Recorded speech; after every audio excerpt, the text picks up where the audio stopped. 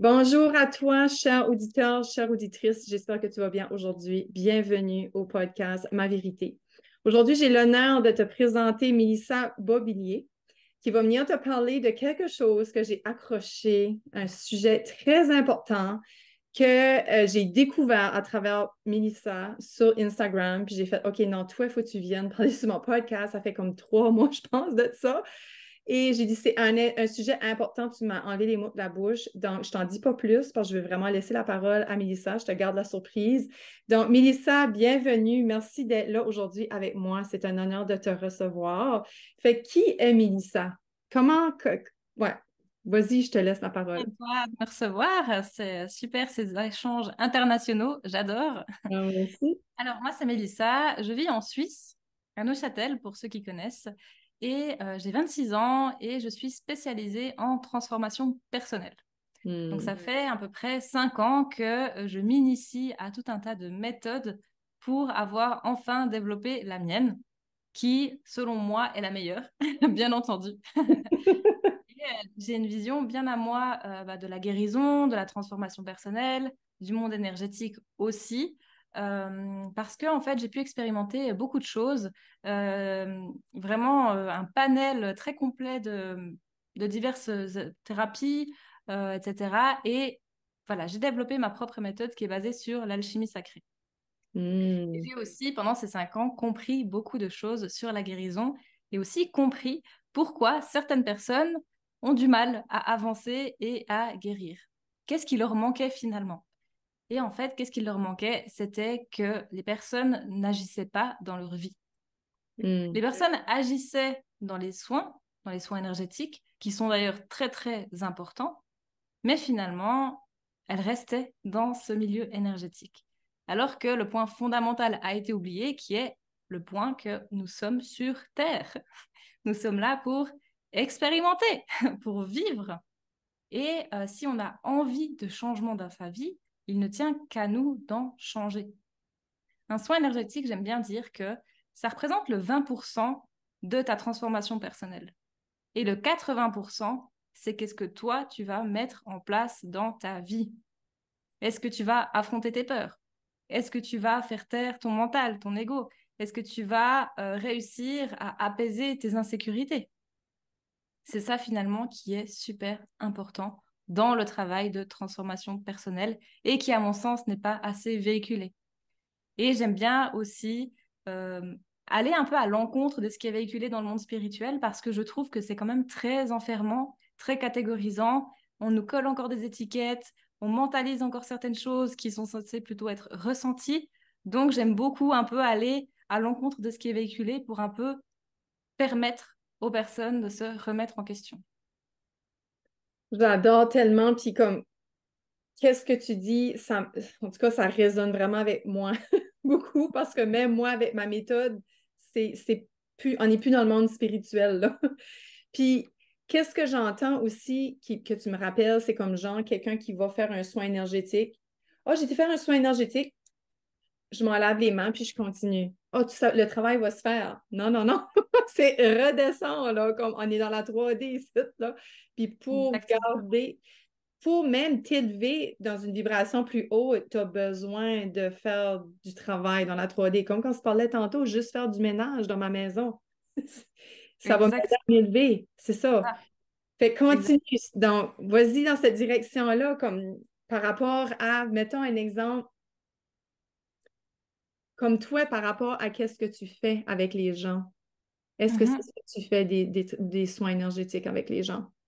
Alors, je fais des soins énergétiques dans une certaine mesure, mais c'est pas des soins énergétiques comme on pense. C'est-à-dire qu'il m'arrive très rarement de réaligner des chakras ou de faire un soin dans les corps subtils, etc. C'est très rare que ça m'arrive. Parce que je travaille quand même avec des personnes qui sont déjà passablement alignées. Et en fait, Mhm. quand on est aligné, on n'a pas besoin de faire de soins énergétiques. Mhm. Parce qu'en fait, nos chakras sont reliés à qui on est ici dans la vie. Donc oui, faire un soin énergétique de temps en temps pour un peu décrasser les chakras et les corps vibratoires, c'est bien parce que des fois, on peut être parasité, des fois, il peut y avoir des émotions stockées, etc. Donc, c'est toujours bien de le faire. Mais faire que des soins énergétiques sans mettre en place des choses dans ta vie, c'est inutile. Mhm. Par exemple, je vois beaucoup de personnes qui me disent, oui, Mélissa, j'ai des problèmes d'ancrage. Je n'arrive pas à m'ancrer dans la terre. Je fais des méditations, ça ne fonctionne pas. Et je leur explique, ben, faire une méditation pour s'ancrer, ça ne sert à rien. Parce que la méditation, c'est quelque chose de subtil, c'est quelque chose d'énergétique. L'ancrage, c'est quelque chose de 3D. Donc Mm. pose-toi la question de pourquoi tu n'arrives pas à t'ancrer dans la terre, dans l'instant présent. Est-ce que tu as des traumas qui refont surface? Est-ce que tu n'es pas aligné dans ton professionnel? Est-ce que tu n'es pas aligné dans ta famille? Et donc, tu te sens un peu obligé de partir dans ta tête, dans tes pensées, pour fuir un petit peu la réalité. C'est ça les questions à se poser. Mm. Et des soins énergétiques, si tu veux, je fais du travail dans l'énergétique parce que de base, je suis médium et Mm. j'ai accès au monde subtil. C'est-à-dire que moi, je vais aller voir, si tu veux, dans différents plans, dans différentes dimensions, ce qui peut potentiellement bloquer la personne à l'instant T. Mais je ne vais pas aller chercher des choses qui ne se sont pas réveillées là dans la 3D, dans la matière. C'est ça, ouais. Parce que j'explique très souvent aux gens qu'on ne nettoie pas du karma qui n'est pas réveillé, parce que sinon l'âme n'accumulerait pas de karma. Si Mm. on le libère sans le vivre, en fait, tout simplement. Si on accumule du karma, c'est parce qu'on a besoin de saisir l'expérience, l'enseignement de manière plus profonde. Sinon, on Mhm. n'accumule pas de karma. Donc, c'est pour ça que tout ce que je libère, ce sont des choses qui sont vécues par la personne là, maintenant, dans la vie. Donc, par exemple, ça m'est arrivé dernièrement que j'avais une femme, en fait, qui était très bloquée dans sa prise de décision, qui n'arrivait pas à s'affirmer, etc. Ben, en fait, c'était lié à une mémoire d'une vie antérieure, en fait, où elle a vécu quelque chose de difficile avec son mari. Et en fait, ça a créé un karma. Et donc, bah, dans toutes ses vies d'après, elle était bloquée. Elle n'arrivait pas à prendre de décision, elle n'arrivait pas à se poser, elle Ouais. n'arrivait pas à dire stop. Et donc là, à ce moment-là, je fais le soin pour libérer. Fait que toi, tu as réussi à voir ça, tu as de la Oui. capacité. Oui. Wow, En wow. fait, si tu veux, je perçois. Pour expliquer un peu comment ça se passe, c'est que je me connecte à différents plans, mais on parle de vie antérieure, mais en soi, c'est plutôt parallèle dans le sens où moi, je vois ça à côté de notre vie ici, tu vois. C'est pas Mm. vraiment derrière nous, c'est plutôt à Ouais. côté sur une vibration différente. Et Mm. en fait, j'y accède très facilement. Et souvent, on me demande, mais comment tu fais et tout ça? Et en fait, j'ai envie de répondre que c'est venu à moi naturellement. Parce que si on n'a pas accès maintenant à nos capacités extrasensorielles, c'est parce qu'on n'est pas encore prêt, c'est une protection tout simplement. En fait, Mm. dès le moment où on est prêt et puis qu'on est assez léger en énergie, ben, en fait, on se connecte hyper intuitivement au monde subtil. Et ça vient comme ça tout seul à nous. C'est pour ça qu'il n'y a rien besoin de se forcer. Mais souvent, on a envie de passer par la case avance rapide et de passer la case guérison et tout ça, chose que je peux comprendre vraiment, mais c'est quand même inévitable de passer par cette case-là pour vraiment apprivoiser ces parts d'ombre, apprivoiser ces traumatismes, pour vraiment les vivre, s'autoriser à les vivre, les reconnaître et ensuite les accepter et les libérer. Mais c'est obligé en fait si on veut vraiment évoluer et si on veut vraiment avancer dans la vie. Parce que si on met tout ça sous silence, évidemment que ça aura encore un impact sur nous, sur notre vie et sur qui on est. Et on sera toujours lourd énergétiquement, donc on n'arrivera pas à se connecter à des hautes fréquences, en fait, tout simplement. Donc, qu'est-ce que tu viens de dire? Tu sais, tu disais tantôt, des fois, on veut que ça arrive vite, mais ce don-là est venu à toi. Crois-tu que c'est simple? Parce qu'on a tout accès à ça, comme tu dis, right? So, penses-tu que ça est venu à toi juste parce que tu as libéré des choses? Oui, exactement. C'est Ouais. que en fait, j'ai réussi à alléger mon énergie, ce qui fait que j'ai réussi à me reconnecter à mon higher self. D'ailleurs, ça, j'en parle beaucoup aussi sur mes réseaux. Et bah, c'est en me reconnectant à cette part-là divine de moi que je réussis à avoir les informations en direct. Avant, Hmm. si tu veux, je passais toujours quand même par mes guides, par les maîtres ascensionnés, parce que j'avais pas accès, moi, en direct aux informations. Et maintenant que j'ai reconnecté à mon moi divin, si tu veux, j'ai accès en direct aux informations. C'est ce qu'on appelle aussi la connaissance universelle, dans le sens où tu peux te connecter où tu veux et tu récupères les informations. Et en fait, ce qui est très drôle, c'est que quand vraiment ces capacités-là, elles se sont un peu révélées à moi, après c'est venu petit à petit, et puis c'est très subtil, hein. C'est pas quelque chose de concret qu'on peut vraiment toucher, etc. Mais en fait, je me suis rendu compte que je faisais ça quand j'étais petite. Quand j'avais 3 4 ans, je faisais déjà ça. Sauf que ça faisait tellement partie de moi de qui j'étais que jamais je me serais rendu compte qu'il s'agissait en fait de capacités extrasensorielles. Et c'est pour ça que tout le monde a des capacités. Moi, par exemple, ce sera plutôt la clairvoyance, la clairaudience, la clairconnaissance. Mais d'autres personnes, ce sera par exemple le clair ressenti, le clair touché. Et vraiment, ça dépend de chaque personne. Et c'est aussi vers là que j'ai envie d'amener les gens, vers la connexion à eux-mêmes et à leur propre ressenti. Mon but, c'est pas d'imposer ma façon de faire, mais plutôt de les amener vers leur propre vérité et vers la propre connaissance d'eux-mêmes, en fait. Moi, je donne juste des petites. J'aime bien dire que je donne des allumettes pour que les Ouais. gens rallument leur feu intérieur, en fait. Oui. Simplement pour montrer ce qui est déjà là, Ouais. simplement. Tu files-tu... Attends, André, tu m'as ouvert à plein de questions. Euh, un point que là, j'ai tout oublié. Comme, dans le fond, tu aides les personnes eux-mêmes à trouver leur propre réponse parce que chacun on a notre chemin, right? On a chacun. Puis, penses-tu que, comme toi, je sais, quand tu étais petite, parce que moi, là, mettons ma fille, OK, a 9 ans, elle est tellement rationnelle. Elle est tellement, ben voyons, maman, ça se peut pas. Mais Christy, tu as un enfant comme, c'est moi qui apporte puis qui dit, ah, on est entouré de petites filles, puis tu sais, on a des petits, tu sais, on n'est pas tout seul, puis comme, elle est comme, des fois, elle embarque, mais des fois, elle est comme vraiment rationnelle. Fait que je me dis, on est-tu comme irrationnel ou comme, sais-tu Oui. que ton ménage de toutes tes vies antérieures a été fait dans ce vie ici? Qu'est-ce qui fait que... Après, il y a tellement de possibilités, vraiment, c'est infini. Par exemple, Ouais. moi, j'ai été bloquée dans mes capacités parce que dans une vie antérieure, en fait, où j'étais en Égypte, j'ai utilisé mes pouvoirs à mauvais escient et donc j'ai été coupée.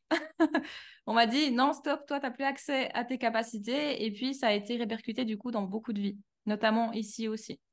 Et par Ah, exemple, moi, quand j'étais petite, on me disait que j'étais bizarre. On me disait que non, les faits, ça n'existait pas, alors que moi, je les voyais. On me disait plein de choses comme ça. Donc, qu'est-ce que j'ai fait? J'ai commencé à créer un mécanisme pour ne surtout pas me faire rejeter des autres. Alors, qu'est-ce que j'ai fait? J'ai mis un masque et je me suis adaptée. Et mhm, c'est-à-dire que de mes 8 jusqu'à mes 20 ans, mhm. 21 Wow. ans même, j'ai été très cartésienne. C'est que je ne croyais absolument en Ouais. rien, que Mhm, j'ai tout fermé. Enfin, j'ai grandi aussi dans une famille athée, donc on n'était pas du tout baptisé, donc on n'avait pas du tout cette notion divine, spirituelle, etc. Donc pas du tout de religion. Euh, et en fait, vraiment, j'étais complètement fermée et mes parents étaient aussi très cartésiens. Donc finalement, j'ai vraiment fermé toutes les écoutilles et je me suis mis dans le mode cartésien. Je veux voir les choses pour y croire. Moi, c'est la science, etc. L'énergie, ça n'existe pas. Et vraiment, j'étais dans un rejet, en fait, total de ça, parce que c'est ce qui m'avait valu d'être mise à l'écart avant, plus jeune. Mais ça a été une phrase ou deux, hein. Ça a suffi à vraiment que je coupe tout. Parce que ben, c'est vrai que de nos 0 à nos 6 ans, on ressent tout de manière décuplée. Donc, il suffit de une ou deux phrases et c'est bon, on bloque absolument tout.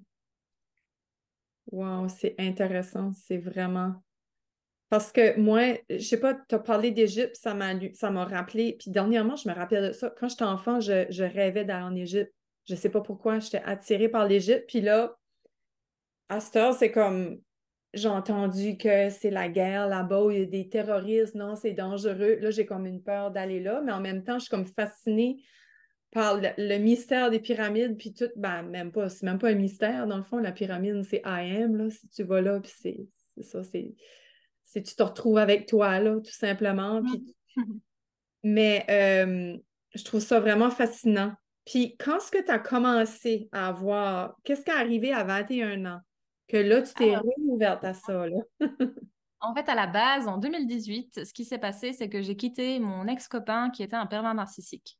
Mhm, Donc vraiment, j'ai été plus bas que terre. On ne me reconnaissait pas. J'étais vraiment méconnaissable. Vraiment, j'étais en burn-out. mhm, Vraiment, j'étais au plus bas de ma vie. Et en fait, quand je l'ai quitté, je savais qu'il souffrait de la blessure d'abandon. Parce qu'en fait, sur le moment, je ne savais pas que c'était un pervers narcissique. Et lui jouait beaucoup sur son enfance douloureuse, malheureuse. Et en fait, ça me faisait beaucoup culpabiliser et ça faisait aussi beaucoup ressortir en moi ce syndrome du sauveur. Donc, je voulais absolument, absolument le sauver à tout prix. Et bah, du coup, je me suis procuré le livre de Lise Bourbeau, Des cinq ah! blessures de l'âme. Quelle? Et j'ai Des commencé cinq à, blessures, oui, oui, oui, oui. et j'ai commencé à lire ce livre. parce que je voulais le sauver. Pas du tout pour moi, hein, parce que moi, je ne pensais pas que j'avais besoin, mais pour lui. Et un jour, ma tante, je me souviens, elle m'a dit, mais Mélissa, tu sais, avant de vouloir aider les autres, il faut se sauver soi-même. Je dis, ah, mais qu'est-ce qu'elle raconte, elle? Moi, je vais très bien. C'est ça. Et pour finir, je crois, 4 mois plus tard, j'ai quand même lu le livre. Et en fait, je suis restée derrière ce livre. Je me souviens comme si c'était hier. Et ça m'a démonté toute ma vie parce que, en fait, les mécanismes de défense que j'utilisais, je pensais que c'était ma personnalité. Je Hmm. pensais foncièrement que c'était moi, en fait, que ça faisait de moi qui j'étais. Je voyais pas ça comme quelque chose de négatif. Et je lis ce livre qui me dit que, ben, en fait, tel comportement, c'est de l'ego, tel comportement, c'est de l'ego, tel comportement, c'est de la défense. Et j'étais là, je lisais ça, je dis, OK, alors je suis qui? Je dis, OK, alors moi, qui est-ce que je suis vraiment dans ma vie? Enfin, quelle est mon identité? Et en fait, j'ai été super frustrée parce que, alors je faisais de la kinésiologie en parallèle, mais en fait, personne n'a su me dire quoi faire. Je me T'as-tu suis retrouvée toute seule, en fait, et j'étais là, OK, ben, qu'est-ce que je fais maintenant avec ces blessures? Enfin, c'est quoi l'antidote? Et pourtant, j'avais lu le livre La guérison des 5 blessures, mais je trouvais pas les réponses, en fait, que j'avais vraiment besoin dedans. Et en fait, c'est comme ça que j'ai commencé à chercher. Parce que c'est dans ma nature, ça. Je suis quelqu'un qui va chercher les réponses jusqu'à les trouver. Et ça, c'est partout dans ma vie, que ce soit privé ou professionnel. J'ai toujours été comme ça. Je vais chercher les choses et j'apprends par moi-même. Hmm. J'ai toujours été comme ça. Même pour te dire où j'étais avant au travail, j'étais responsable RH, mais je m'occupais de l'informatique, je m'occupais du chauffage aussi, je m'occupais de tâches dans le showroom. Enfin, je faisais plusieurs choses en fait parce que j'adorais ça, parce que je suis très polyvalente et je vais chercher. Et donc, mon travail de guérison, je l'ai fait de la même manière. C'est que je suis allée chercher les informations un peu partout. J'ai pris un peu de ci, un peu de là, etc. Et j'ai commencé à créer ma propre vérité. Hmm. J'ai fait de la kinésiologie pendant 4 ans, ça m'a beaucoup aidé. C'est Après, holistique? Kiné holistique ou physique? alors c'était kinésiologie, c'est vraiment avec la médecine traditionnelle chinoise, avec les méridiens. OK, pas genre que tu as un livre, puis comme genre tu vas chercher des numéros, puis là, c'est en lien avec des blocages ou comme émotionnel, énergétique, là. Oui, c'est à peu Plus- près ça. OK, Non, OK, c'est à peu près ça. OK, Mais en OK. fait, en gros, c'est, t'es devant la praticienne, tu mets les mains, et en fait, elle va poser des questions à ton corps, et en fonction de la pression de tes mains sur la sienne, ça va dire oui ou non. En fait, c'est ton corps qui répond. OK. OK. Et du coup, ça a débloqué en fait tous mes blocages internes, le stress et tout ça. Donc, c'était vraiment chouette. Et après, ben, au bout d'un moment, ça ne m'a plus convenu parce que c'était plus assez poussé pour moi. OK. Et en fait, 2 ans après, oui, 2 ans après, c'est là où j'ai commencé à aller faire des thérapies énergétiques. Mais moi, Mhm. je n'y connaissais rien à l'énergétique parce qu'en fait, j'étais vraiment restée dans ce truc développement personnel. L'énergie, il fallait pas m'en parler. Ah, Et bah, j'ai commencé à aller voir une dame, elle m'avait fait une lecture d'aura, après un soin énergétique et ça m'avait rien fait du tout. Je m'étais dit, mais waouh, j'ai l'impression de m'être fait arnaquer.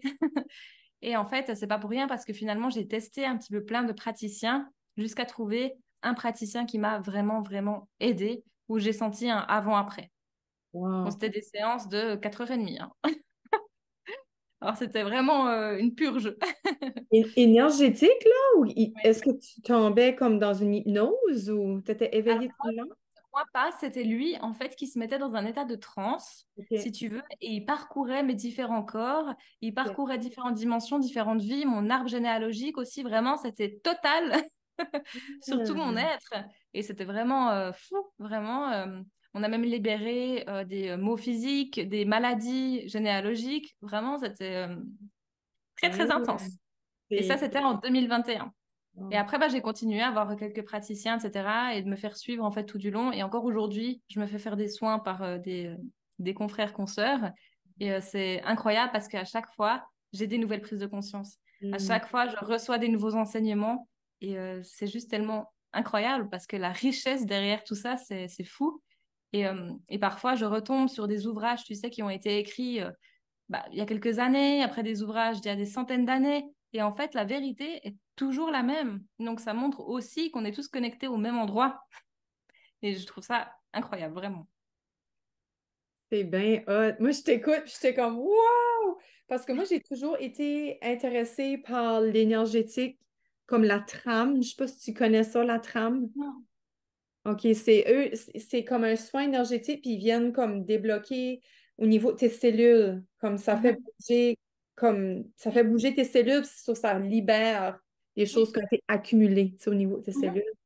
Oui. Et tu sais, pour revenir à quoi tu disais, parce que moi, je sais qu'après ça, elle me disait, OK, tu as un 21 jours, que ça peut te travailler. Il y a des fois, ça travaillait, je sais pas ce qui se passait, mais je trouvais ça ouf, comme si que un auto m'avait passé dessus, là. Des fois, là, c'était Mhm. vraiment intense. Et, mais j'ai toujours fait mon travail, ben toujours. Moi, je faisais du développement personnel à 19 ans. Moi aussi, c'était Lise Bourbeau, mais c'était Mhm. Écoute, toi encore, qui était mon Ah premier oui, livre. oui. C'est pour ça que quand tu as dit livre, j'étais comme Ah! Puis comme les blessures, je l'ai lu, ça fait peut-être même pas 5 ans, je l'avais, mais je n'étais pas attirée à le lire, mais ça fait pas si longtemps que je l'ai lu. Puis, après ça, là, il est arrivé des événements que j'ai arrêtés, puis là, depuis 8 ans, que là, je suis vraiment into it, shadow work. Puis des fois, j'ai lu quelque part qu'on peut avoir un burn-out de shadow work aussi. Est-ce qu'on travaille trop notre shadow work? Oui, Bien sûr. on peut Oui, s'essouffler, puis ça peut être too much. totalement. So, comment est-ce qu'on fait comme pour équilibrer les deux? Tu sais, on fait le travail Mhm. énergétique. Oui. Qu'est-ce que tu veux dire par le travail dans la 3D, mettons, la guérison? Alors, il est vrai que quand même, pendant un certain laps de temps, il y aura besoin d'être vraiment actif dans sa guérison, c'est-à-dire d'aller vraiment dénicher, débusquer tes traumas. Ce sera inévitable, il y aura besoin à un moment donné de passer par là. Parce que c'est comme ça que tu vas prendre conscience des choses, que tu vas les accueillir, les accepter et pouvoir les guérir et les apaiser. Parce que les personnes qui disent non, non, il n'y a pas besoin, tu peux archiver, non, non, non, non, ne faites surtout pas ça. Ouais, Et d'accord. en fait, par contre, ben, au bout de ce travail-là, on va dire actif, si tu veux, il va arriver un moment quand même où tu vas te sentir beaucoup plus sereine dans ta vie. Il va arriver un moment où tu vas sentir un peu un déclic intérieur, où tu vas te sentir en espèce de plénitude, de béatitude comme ça. Moi, je me souviens, ça m'a duré une semaine. Euh, Et vraiment, pendant une semaine, j'avais l'impression d'avoir des lunettes roses et de voir la vie en rose. Je ressentais les connexions entre tous les êtres. Je ressentais de l'amour pour tout le oh, monde, mais vraiment de l'amour divin. Tu vois, c'était vraiment, j'aimais profondément tout le monde. Et c'était vraiment incroyable. Et ça m'a duré une semaine. Et en fait, c'est cette étape-là vraiment que j'appelle un peu l'étape d'illumination, si tu veux, qui ok. m'a permis de passer de la phase active à la phase passive. C'est-à-dire que depuis ce moment-là, au lieu d'aller déterrer et dénicher mes traumas, j'agis simplement en réponse au monde qui m'entoure. C'est-à-dire que dans la journée, je vais recevoir des messages, je vais ressentir des choses dans mon corps, et c'est ça qui va me donner des indications sur qu'est-ce que j'ai à travailler. Mais une fois que j'ai compris, que j'ai libéré et que j'ai guéri, je passe à autre chose. Donc ça me prend clairement 10 minutes. Et après, c'est réglé. Et j'y pense plus. Parce que justement, aussi, ben, plus tu travailles sur toi et plus tu arrives à faire le silence à l'intérieur de toi et à laisser aller les choses et ne plus t'agripper, t'accrocher, à comprendre le pourquoi du comment. Je cherche même plus à comprendre. Je prends, j'accueille, j'accepte, je libère et je passe à autre chose. Et ça, pour moi, c'est vraiment la phase passive et c'est la phase dans laquelle on sera toute notre vie. Parce qu'on aura toujours des choses à comprendre. Il y aura toujours des mémoires qui vont se réveiller. Mais justement, le plus important, c'est de vivre. Parce que sans expérience humaine, comment on veut prendre conscience des choses et libérer? Parce que si on vit pas, si on côtoie pas des gens à l'extérieur, si on se met pas en danger dans des situations aussi, ben, comment on va en apprendre plus sur nous? Comment on veut faire pour aller au-delà de nos peurs, de nos insécurités? On peut pas. Donc, le plus important, c'est de vivre et d'intégrer cette dimension spirituelle à notre vie de tous les jours. Le but, c'est pas qu'on devienne des parias de la société dans notre petite grotte à travailler, etc. Non. Alors certes, il y a des moments où on aura besoin d'introspecter, d'être seul, mais le but n'étant pas de se renfermer sur soi. Le but étant de s'ouvrir au monde et de s'ouvrir à l'amour universel. Ben oui, parce qu'on est amour, on est pur, on est lumière, comme je le dis tout le temps dans ma communauté, on est des êtres purs. Tu sais, comme un Mhm. bébé, quand il naît, il est pur, Oui, comme on vient oui. de là. Puis André, il y a beaucoup de choses, encore une fois, qui sont éveillées quand tu m'as parlé de ça. Moi, j'ai eu un 3 jours dans le noir, là, en février 2022, quand j'ai eu la COVID. C'était vraiment intense. Je processais pas, mais je pense qu'il y avait beaucoup de choses parce que COVID égale quarantaine. Puis moi, je suis une people person. Puis pourtant, j'étais habituée d'être toujours à l'intérieur, mais juste le fait que je devais rester à l'intérieur parce que j'étais contaminée, ça m'a forcé comme. André, j'ai comme fait un travail vraiment Mhm. intense de shadow work, là, comme intense, comme j'avais comme. Je voulais plus voir ma famille, j'étais enfermée dans ma chambre. Et mais on dirait depuis, j'ai libéré quelque chose. J'ai Oui. libéré la guerrière. Comme Mhm. je me suis vraiment vue déposer un genou à terre et jeter mes armes par terre parce que je ne suis pas une guerrière. Tu as la guerrière, puis tu as celle qui Oui, monte le oui. chemin, je ne sais pas comment tu l'appelles, Mhm. la lumineuse, ou il y en a Mhm. qui se battent pour de quoi? Non, moi, je me bats pour rien, là, comme je veux juste Mhm. être amour, Ah, être lumière. Ça, exactement. c'est un moment intense. Puis je me rappelle, comme moi, j'ai fait une formation que j'ai beaucoup été dans mon shadow work volontairement, mais je me suis épuisée. Après la formation, j'ai tombé comme un mini burn-out. Mhm. Je savais, j'étais assez dans mes zones d'ombre pendant 1 an et demi qu'on dirait, qu'est-ce que je fous, qu'est-ce que je fais? Puis c'était dans ce temps-ci, l'an dernier. Puis Mhm. je me suis rendu compte, comme je me faisais coacher aux 2 semaines, puis j'ai posé la question, ben là, faut-tu que je travaille toujours mes affaires? Puis, comme tu as dit, non, vis ta vie, là. Quand ça relève, quand ça remonte, va voir. Oui. Mais Mhm. après ça, comme, reviens comme dans le Oui. plaisir, dans Mhm. l'abondance, dans l'amour. Puis,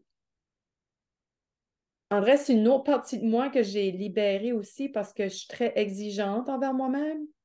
En vrai, je me Mhm. fais du mal tout le temps. En vrai, il faut que je souffre pour réussir dans la vie ou, tu sais, ça, c'est Mhm. un vieux pattern, une vieille croyance Oui. que je suis en train de Mhm. détacher. Oui. Et il y a une autre fois aussi que dans 2 fois dans la même année, je m'étais fait dire par 2 personnes très connectées qui m'avaient dit, Joanie, tu as des traumas. Tu as vécu des traumas à ton enfance. Puis là, j'étais comme des traumas à mon enfance. Puis durant un coaching, je me les suis fait dire, c'est ça, une deuxième fois avec une autre, elle qui a fait la formation. Puis juste prendre conscience, qu'est-ce qui m'était arrivé dans mon enfance. Mhm. C'était pas traumatisant. Tu sais, je me suis pas fait violer ou, tu sais, j'ai pas vu quelqu'un mourir sous mes yeux, tu sais, comme la souffrance, comme la guerre. Mhm. So, je dramatisais. Ben voyons, je Mhm. peux pas, voyons. Comme tu as dit tantôt, je le cachais. Je l'ai mis Oui. en dessous. Mais avec elle, j'ai fait, oh my God, OK, j'ai été traumatisée à cause de ça. Puis c'est quoi? Mhm. Puis ça C'est ça. juste. Puis depuis ce temps-là, j'ai guéri, ça a pris 5 minutes. Parce que des guérisons, des fois, c'est ça qui va se passer, juste en prendre Exactement. conscience et Mhm. l'accueillir et faire, non, non, tu as le droit d'être traumatisé. T'autoriser à être traumatisé pour quelque chose que peut-être qui est banal pour plusieurs d'entre nous. Fait Oui. que c'est vraiment intéressant, puis c'est ça, c'est vraiment un processus de, comme tu dis, de ressenti, revenir à soi, le regarder, l'observer, vivre l'émotion qui est là, et après ça, on passe à autre chose. Exactement. Et c'est très véhiculé quand même, et c'est beaucoup présent dans les mémoires des femmes de souffrir, en fait, que c'est normal pour les femmes de souffrir. Donc, on a beaucoup plus de tolérance à la douleur, que ce soit de la douleur émotionnelle, psychique, physique. On a quand même un seuil très élevé. Donc, on a tendance aussi un peu à foncer pour... voilà, on n'a pas peur de souffrir, en fait, c'est ça. Et ça, c'est présent dans les mémoires collectives. Et ça revient beaucoup aussi chez mes clients, justement, ce truc de traumatisme, que on pense que pour avoir été traumatisé, il faut qu'on ait vécu des choses hyper graves. Alors qu'en fait, un traumatisme, ça peut être quelque chose de super basique, entre guillemets, mais pour l'enfant que tu étais, ça a été super traumatisant. Par exemple, moi, je me souviens que je racontais en rigolant qu'à la crèche, on nous versait des seaux d'eau sur la tête quand j'avais 3 ans pour qu'on arrête de pleurer. Et bah moi, je disais ça en rigolant, mais en fait, parce que je minimisais. Parce qu'en fait, j'ai toujours été habituée à encaisser. Et alors, j'ai minimisé totalement cet événement-là. Et en fait, j'ai fait ça pour tous les événements de mon enfance. Donc, tout a été mis sous silence. Et même pendant des consultations, ça ressortait pas parce que je m'en rendais pas compte, en fait, tout Mm, simplement. mm, mm. Donc là aussi, pour toutes les personnes qui nous écoutaient, c'est une permission de reconnaître que oui, on a tous souffert et que oui, on a tous notre lot de traumatisme et que personne à l'extérieur ne peut dire si c'est un traumatisme grave ou pas grave. Il n'y a que nous-mêmes qui le savons. Il n'y a que Euh, nous-mêmes qui le Puis, puis quelque chose aussi, je sais pas comment dire ça en français, mais je me considère vraiment une advocate à la savons. vérité. Je sais pas comment Oui, dire en français, comme je, avocate, oui. hein? Mhm. Avocate. Ouais, ben oui, comme moi, là, plus que j'avance dans mon processus, plus que, oh non, moi, c'est la vérité. Je suis toujours à la recherche de la vérité. Puis moi, Mhm. c'est ça qui m'a traumatisée parce qu'on me punissait quand j'étais à la recherche de la vérité. Puis on me punissait pas toujours de la bonne façon, mais à Mhm. chaque fois, c'est comme si la vérité, c'était pas correct. Puis Oui. j'ai tout le temps été une personne honnête. Tu peux pas me voir comme je mens, comme ça Mhm. paraît. Comme what you see is what you get. Je suis transparente comme de l'eau. Puis c'est c'est important dans ton processus, dans ton travail, de réaliser que oui, mais c'est ma vérité d'être traumatisée. Puis Exactement. même si que pour toi, ça serait pas, comme tu dis que ça serait banal, oui, mais c'est ma vérité. Moi, c'est pas banal pour moi. Moi, ça m'a vraiment marqué. C'est ça. Puis les autres autour de nous, comme moi, j'aimerais juste qu'on soit dans un monde, qu'on puisse juste s'accepter dans chacune de notre vérité. Mhm. Mais En c'est ré- ça le plus incroyable, parce qu'on a tous tellement à s'apporter les uns les autres, en fait, à travers notre vécu. Et clairement que je suis comme toi, hein, c'est de déclencher la vérité en chacun et de déconditionner les croyances qui ont été inculquées par des personnes extérieures, par des organismes extérieurs. Absolument. Et d'identifier, OK, what does make sense to me? Et puis Mhm. laisser aller qu'est-ce que ça fait pas de sens. Parce que quand on est enfant, hein, comme tu as dit, c'est les 6, 7 premières années de vie, que c'est quoi ce qu'on leur a dit, Oui. quoi ce qu'il nous a été dit, ça a eu un gros impact.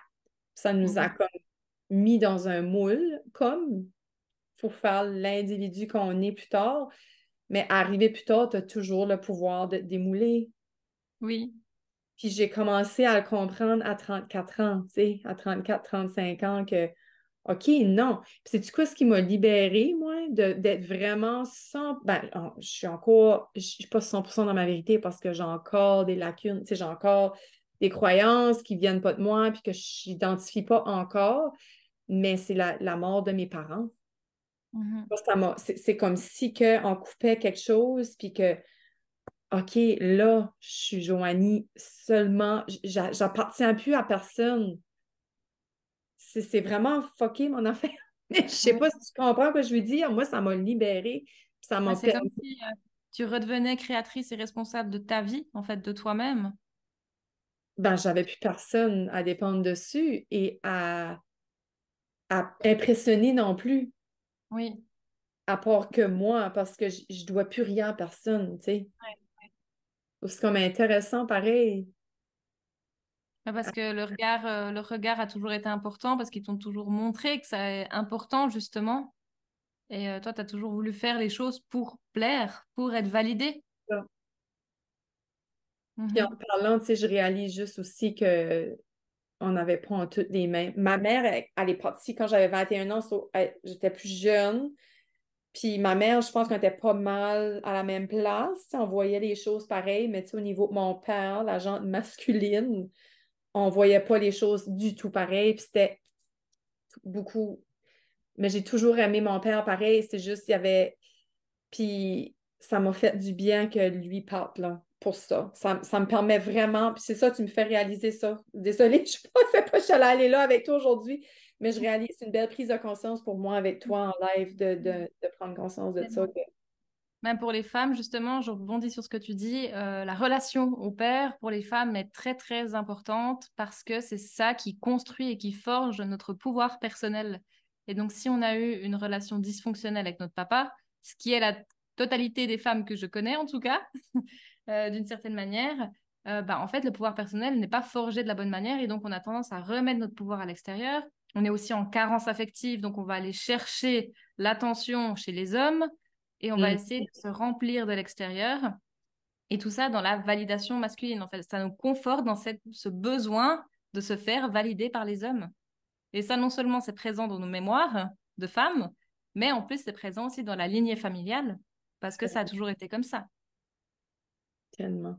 Et ça, c'est vraiment super important de travailler sur la relation avec son père. C'est tellement, tellement important. Parce que c'est notre modèle quand on est enfant de masculin, en fait. C'est fou parce que des fois, on a tendance à le mettre de côté un petit peu. Tu sais, on va dire, oh, la mère, oh mon Dieu, elle a parti sa mère jeune. Mais Mhm. oui, notre père a autant un réel freaking gros impact. Puis malheureusement, il y a beaucoup de personnes qui ont vécu sans leur papa, tu sais. Oui. Plus que leur mère. On dirait leur mère, moi en tout cas dans mon réseau, c'est moins fréquent que de grandir Oui. sans leur père. Et on le voit, même pour les garçons, tu sais, qui ont vécu sans Mhm. leur père, ça les nuit Oui, tellement plus tard. bien sûr. Oui. Ben, disons que le parent du sexe opposé, ça va être le parent qui va nous donner l'exemple plutôt au niveau amoureux, au Mm. niveau affectif, et comment on va se construire finalement en tant qu'homme ou en tant que femme. Et puis notre parent du même sexe, généralement, c'est un peu sur lui qu'on va prendre exemple, Mm. tu vois, et qu'on va peut-être reproduire les mêmes schémas ou à l'inverse, faire tout l'inverse pour justement ne pas lui ressembler. Et c'est souvent ça que je vois beaucoup chez mes clients, c'est que ben voilà, les femmes, elles sont en manque de créativité, en manque de pouvoir personnel parce que justement, il y a eu une carence avec le papa. Puis pour qu'il y ait une carence, ça peut se passer très facilement dans le sens le papa n'a pas besoin d'avoir quitté la maison, mais tout simplement qu'il n'était pas présent, qu'il était au travail Mm. ou qu'il ne faisait pas assez de câlins, de gestes d'affection. Ça suffit à créer une carence. Et la maman, par exemple, si elle n'arrivait pas à accepter la grossesse, ou si elle a rejeté l'enfant, ou qu'elle avait peur d'être enceinte, tout ça, en fait, ça crée aussi du rejet de la maman, donc une non-acceptation de l'enfant. Et ça, l'enfant le ressent même s'il a un jour. Donc tout ça, ça impacte considérablement nos vies d'adultes, en fait. Tellement. Puis tu sais, comme mon père, tu sais, même si que, comme je disais, c'était beaucoup comme ça, on s'est toujours aimé, il m'a toujours dit qu'il m'aimait, mais t'as dit des choses, puis je suis comme, oh my God, c'est tellement, comme il était pas souvent à la maison, je me sentais trop, puis j'ai développé des croyances que j'étais pas importante, puis tu sais, comme, ça fait de moi, mais quelque chose, avec le temps aussi, j'ai compris son histoire, j'ai compris d'où il venait, comment il Oui, avait grandi, et oui, pourquoi ça l'avait forgé, cet homme-là qui est devenu. Puis j'ai tout pardonné. Tu sais, puis là, je te oui. dis ça, puis j'ai plein de frissons parce que comme il a fait ce qu'il pensait qu'il était mieux de faire, puis on a déjà eu des petites Oui. discussions, puis Mhm. j'ai comme j'adorais mon papa pareil, avec ses défauts, puis ses forces. Puis juste ça, je trouve que c'est une guérison. Puis Mais ça, totalement. ouais, je pense que ça m'a Ça, aidé à prendre mon vraiment, pouvoir. le fait de reconnaître ces traumatismes d'enfance, c'est pas pour accabler nos parents, plutôt pour les reconnaître nous, pour les accepter, les accueillir.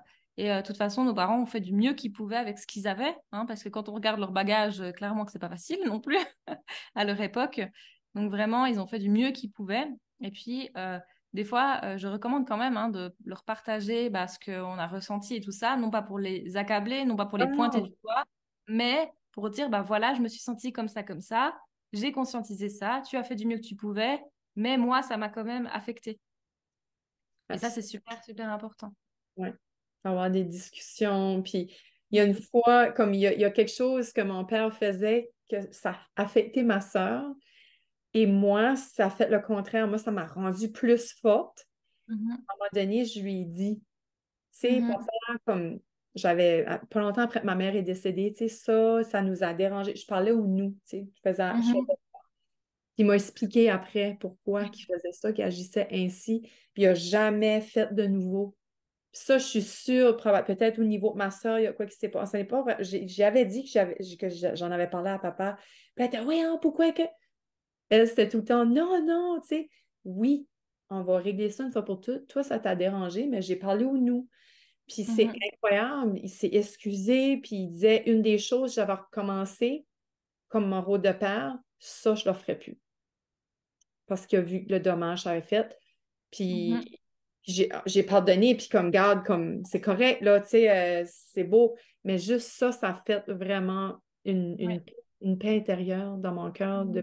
de fait hein, de pouvoir discuter avec Oui, les parents oui, comme ça. Je sais pas, tes tellement. parents sont-ils des baby boomers, toi? Mes parents, ils sont À de la fin, hein? 65 et 69. Ah, c'est pas mal à la fin, ouais. Ah, ben, c'est quand même probablement à la fin de la période de baby boomer, mais tu sais, eux, la Mhm. façon qu'ils ont vécu, ça les a Mhm. fait ainsi, puis ah, Totalement. c'est pas de leur faute non plus, Non, non, non, ça non, non, fait. du tout. Ils ont eu. Ma maman, ça va un peu plus, mais mon papa, il a eu une enfance très, très difficile, très pauvre aussi. Enfin, donc, c'était Mm, clairement pas simple pour lui.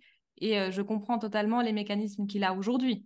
Après, mhm. ben voilà, ça veut pas dire non plus que si on comprend les mécanismes, qu'il faut tout pardonner, tout excuser, dans le sens où il faut poser ses limites aussi, et il faut aussi savoir se faire respecter. Ouais, Vraiment super important.